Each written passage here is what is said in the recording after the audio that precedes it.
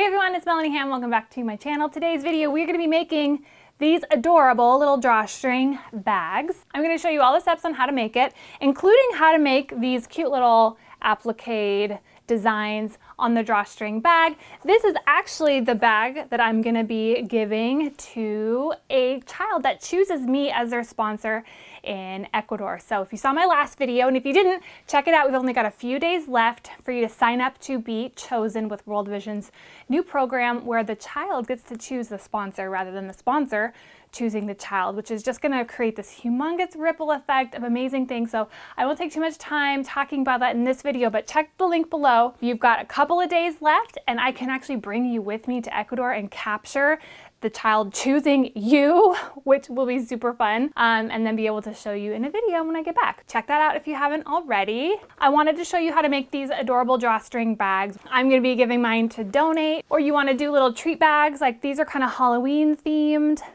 for neighbor kids, your own kids, birthday gifts, traveling. I mean, so many great uses. This is a super easy tutorial. So let's jump in and I'm going to show you how to make it. All right, here are the materials that you need for these cute little drawstring bags. So you need a piece of fabric. I have already cut mine with a pinking blade. So I put a pinking blade on my rotary cutter and I cut it. I'll show you real quick kind of how that works. Otherwise you could use pinking shears or a zigzag stitch going all the way around.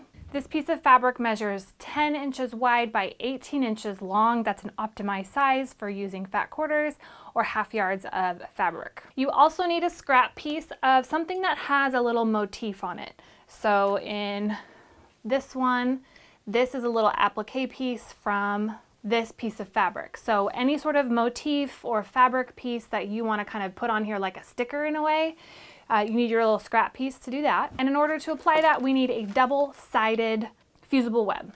I have used this one. There's lots of different good brands out there, but I like to use one that's double-sided and sewable. So there are some that you cannot sew over, but I like to just have that option. If I want to add a little stitch around there, I can, but you don't have to according to the manufacturer instructions on this one. So double-sided fusible web. You need just some normal sewing notions. You need your ironing board, you know, to just get this nice and flat, some pins or clips, and then for our drawstring, you need some ribbon and a safety pin to thread our ribbon through once we're ready for that step. All right, let me show you how this pinking blade works really quick. Now you can use this in blade form and swap it out on your rotary cutter, or there's scissor form too, where it's actually like scissors like this that have a pinking blade. So either way, I'll just show you how it works though real quick. It's exactly like a normal blade, so you can see that sort of zigzagged line. If you don't have pinking shears or a pinking blade and you don't want to purchase them, that's totally fine too. You'll just make your cuts with a straight edge or straight, blade, and then zigzag all the way around your piece of fabric, and that way it'll essentially do the same thing. So the first thing that we're going to do, here's our fabric. We're going to place it right sides together. Grab a ruler or a tape measure, something like that, and I'm going to use a chalk pen, but you could use a regular pen or a pencil or just kind of whatever you have around. And I'm going to measure down 2 inches. Make a mark.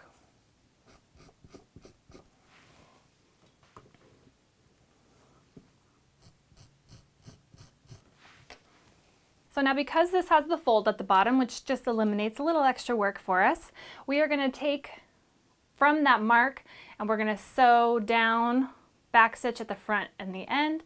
Same thing over here, back stitch, sew down. I'm going to use the width of my presser foot, so it'll be, about 3/8 of an inch. So let's go do that at the sewing machine.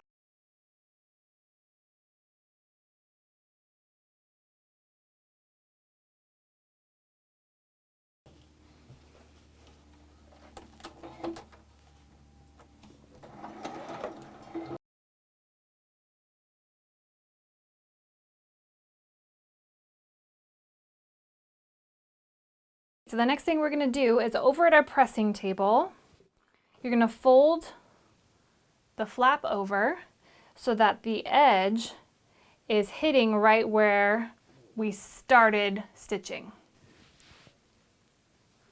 And just press it, and then we'll do the same thing on the other side. And press that. All right, now let's head back over to the sewing machine. If you are able to expose your free arm, that is really helpful for this step because we're going to be going around in a circle. So we'll open up our little bag and put that around our free arm. I'm going to start at one of the sides, so just pick which direction and we're going to lay that seam down so that it is flat. And we're basically going to sew with I'm going to move my needle position all the way to the left side. And I'm going to line up the raw edge, this pinked edge to the left side of my presser foot with my needle position all the way on the left side, so that's a nice thin seam. And I'm going to do it toward the side, that way it's invisible. When you get started, you're going to back stitch. And then we're going to sew going all the way around.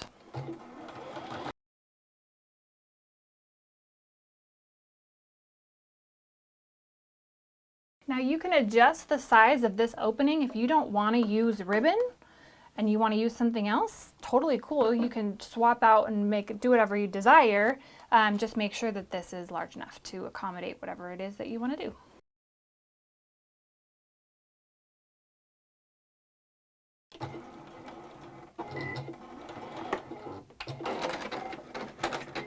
See, that's not so bad. So let's pop our bag right side out.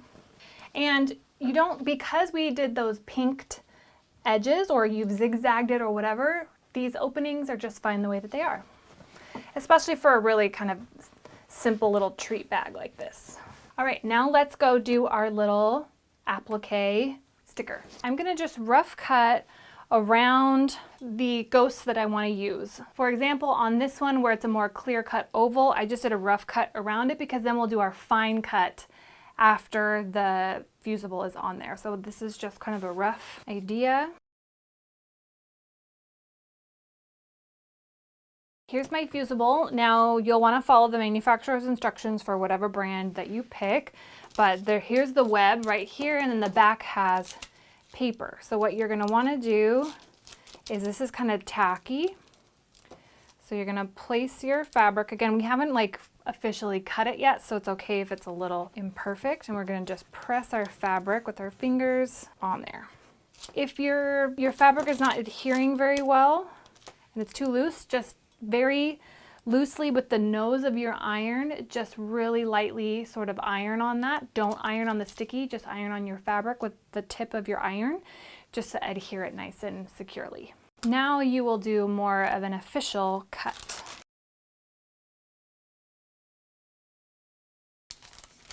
So when you peel off the paper, hopefully your fusible is sticking to your fabric, and now you've got like a little patch, and you can place that, and then you're going to iron it in place or following your manufacturer's instructions. Now, according to my packaging, it says that it's optional to use a stitch to go around the outside edge.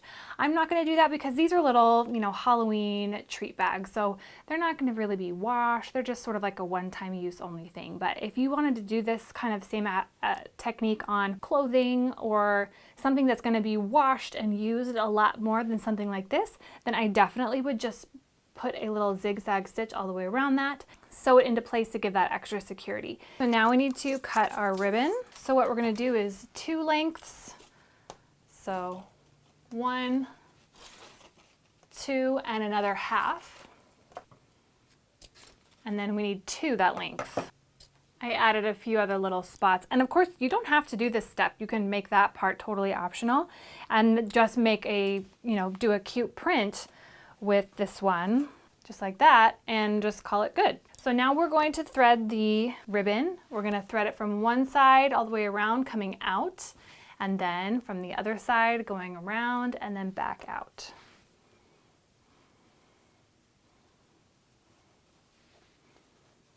So your safety pin makes that really easy. And when you get to this other side, just continue straight through. Don't try to pull it out or anything. Okay, we came out this side. And then I'm going to take these 2 and I'm going to tie them in a knot. I'm going to get it close to the end and really give that a nice good knot. Now we'll thread the other side starting this way, going around, coming back out.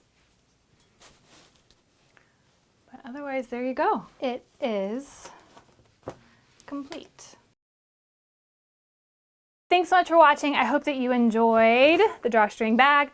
I wanted to make something so that when I give this to my sponsored child in Ecuador, that you guys could follow along. So whether or not you want to sponsor a child or you're able to at this time, you can kind of follow along with something handmade and sort of see the journey of like how this all works. And maybe sometime in the future, you would like to have a sponsored child choose you as well. Thanks so much for watching. Don't forget to subscribe, thumbs up this video, leave me any questions down below. All the links will be down below for the written tutorial as well as information about Chosen. And I'll see you guys in the next video. Bye.